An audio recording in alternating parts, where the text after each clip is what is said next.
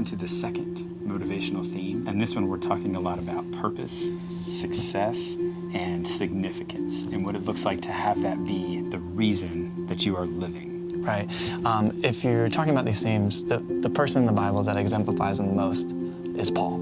I don't think there's ever been a more driven person than Paul. He was crazy. He's crazy because before he was a Christian, he was the first terrorist to go after Christians. And after he was a Christian, he was the first missionary to go after Gentiles. The problem with trying to strive for success and achievement is if that becomes your main goal in life, one of two things happen. Either you dominate and belittle other people because they're not good enough, or your fear of failure actually motivates you to feel like you're not good enough. And you live in this constant, I'm above people or I'm below people, not on the same plane as people.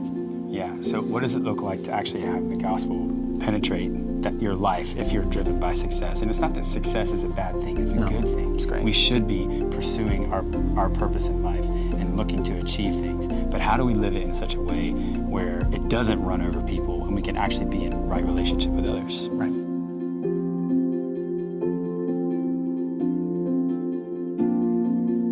So here are how some of the lies play out with this motivational theme of success and significance. If you're always thinking like, these people are holding me back, I wish they would get up to my level, or they're not good enough, that's a domineering way to treat other people. And if on the flip side, if you're thinking, I'll never amount to anything, I'm never gonna succeed, I'm worthless, I can't do anything right, then that's living under the weight of success.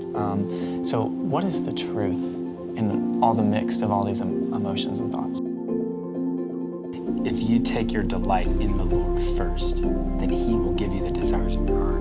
And then it means that you don't have to control your own success. Right. I think the world often tells you that you design your destiny, right? Like you actually control your destiny. And that's a subtle lie. It sounds good because it means that I can go out and strive and do things. Right. But the truth is we have to put our delight in the Lord first, and that He will give us the desires of our heart. So exploring what those desires are when you're committing to the Lord, I think the response to this is when you actually commit to the Lord in whatever you do, He's going to establish your plans. He's going to set before you what's good or not. He will determine whether you're successful, whether you're significant, whether you have purpose. And allowing yourself not to be judged by what other people think and tell you what success or purpose is, but to go first to God and then living through that, you actually will have even a stronger drive, a greater drive to achieve more because you're doing it out of just love and response to Him. That's right. Abundant life, most people think resources, cheddar, but narrow bread, right?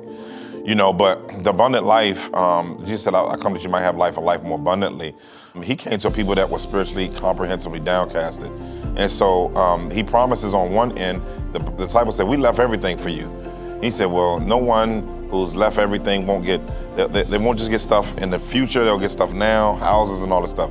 But then on the other end, the Bible talks about the fact that, you know, he who walks godly in Christ Jesus will suffer persecution. So it's kind of like this paradox, if you will, of a lifestyle. So when we look at the idea of abundant life, it's the ability to have a divine perspective and enjoyment no matter what's going on in your life. And I think it can involve things at times, but that's not the metric, I believe, what Jesus was talking about. The metric was the comprehensive spiritual life that you have, that you experience love, joy, peace, patience, kindness. All of those different pieces of the fruit of the Spirit are ways in which we experience the beauty of the abundant life. Our dreams have purpose and meaning and value, and God doesn't tease us by giving us dreams. And what does it look like for the stay-at-home mom as well as the CEO in a business to both have the same significance and purpose here on earth and being driven by Christ to do good and seek the kingdom?